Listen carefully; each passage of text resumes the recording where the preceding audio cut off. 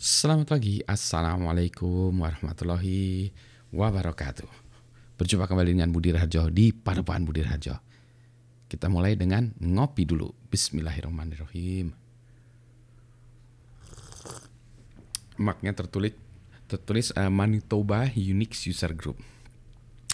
Sedap kali kopinya. Baliknya, wake up and smell the coffee. Unix is here to stay. Kopi dari Glick Kopi Lembang nih. Enak nih, pagi-pagi pukul 6 saya sudah online merekam video Captain's Log, Budi Raharjo's Log.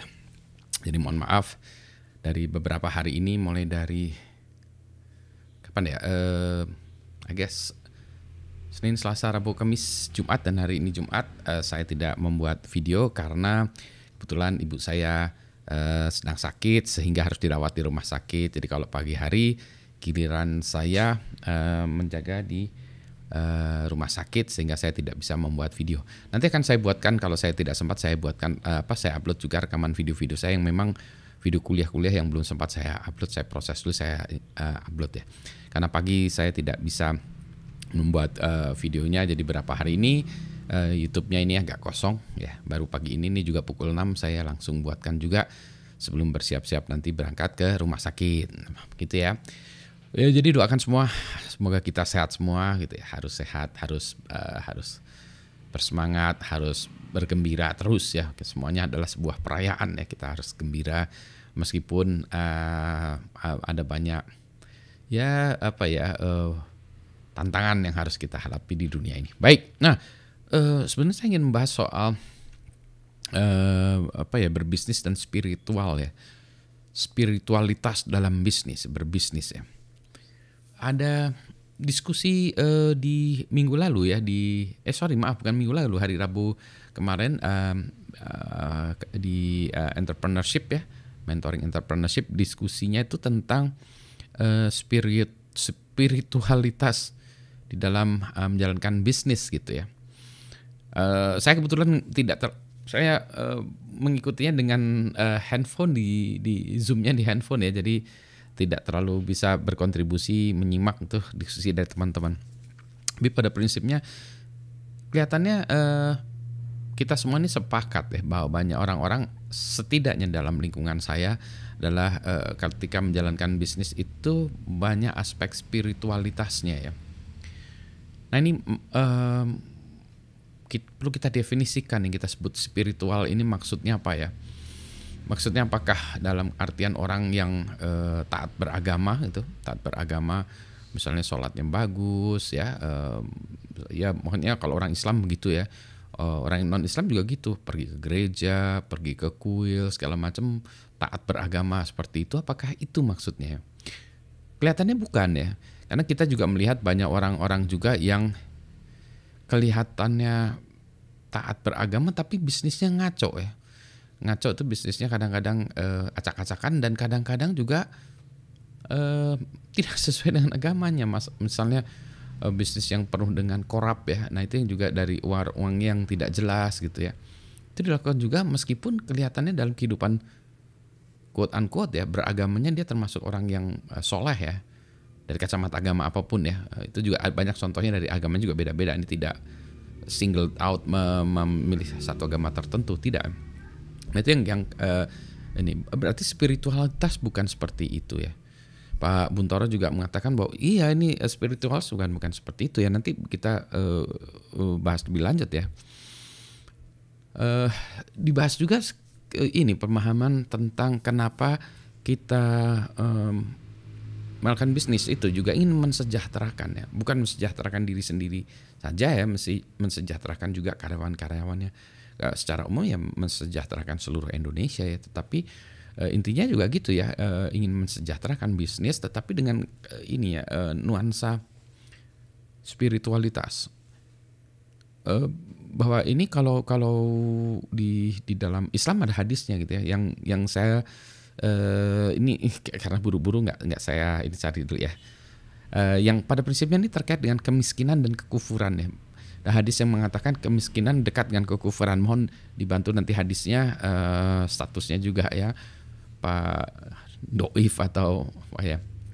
Eh, Kenapa itu penting ya? Yaitu untuk ini kita mensejahterakan masyarakat ya, atau setidaknya karyawan kita sendiri itu supaya mereka tidak kufur ya, gitu ya. Kufur itu bukan berarti harus terkait dengan agama Islam maksudnya gitu ya. Kufur itu tidak spiritual gitu ya. Apapun agamanya gitu ya. Jadi kita berharap bahwa karyawan kita ya, atau orang-orang di sekitar lingkungan kita itu punya spiritualitas ya yang tinggi. Nah itu sulit kalau orang-orangnya tuh miskin. Nah maka misi bisnis kita juga bukan sekedar kaya raya segala macam ya, tetapi menjauhkan orang-orang ini dari kekufuran ya. Membuat semua orang tidak miskin sehingga jauh dari kekufuran. Nah yang seperti itu, semangat seperti itu semangat atau spiritualitas dalam melakukan bisnis ya. Jadi bisnisnya itu bukan sekedar saya mendapat uang, tetapi ada maknanya. Nah itu yang menurut saya spiritualitas dalam berbisnis seperti itu ya. Bagaimana kita bisa mensejahterakan, bagaimana kita bisa berkontribusi to society, bagaimana kita bisa ikut berkontribusi kepada negara gitu ya. Maka kita harus sukses. Dalam bisnis kita harus sukses dengan jalan-jalan yang lurus juga. Jangan caranya yang gelap juga ya, jangan caranya yang korupsi gitu ya. KKN yang negatifnya ya, korupsi, nepotisme, satunya lagi apa ya, kolusi ya. Nah itu dia ya. Itu dalam artian spiritual, susah banget ngomong ya, spiritualitas ya, makna spiritualitasnya di situ. Tapi apakah itu ya? Mari kita diskusikan ya. Sambil saya ngopi dulu ya, ngopi pagi ini. Pagi-pagi ini butuh jreng ini ya supaya kita bersemangat ya. Jadi apakah Anda percaya tentang hal itu gitu ya? Bagaimana pendapat Anda tentang spiritualitas ya? What's your take on spirituality gitu ya? Saya lihat teman-teman saya setidaknya lagi-lagi ya, dalam lingkungan saya itu orangnya baik-baik dalam artian tadi ya, memiliki spiritualitas yang tinggi. Kalau saya sebagai orang Islam ya tentu saja ya dengan pemahaman saya tentang agama Islam gitu ya, dan coba ngikutnya seperti itu. Dan saya juga melihat teman-teman saya yang non Islam juga gitu ya, begitu juga sangat spiritual gitu ya. Dan itu ya rajin juga, ada yang saya lihat juga rajin ke gereja, rajin ini ya, bukan sekedar hadir di gerejanya juga, tetapi memiliki jiwa ya, ingin membantu lingkungan di sekitar gerejanya juga gitu ya.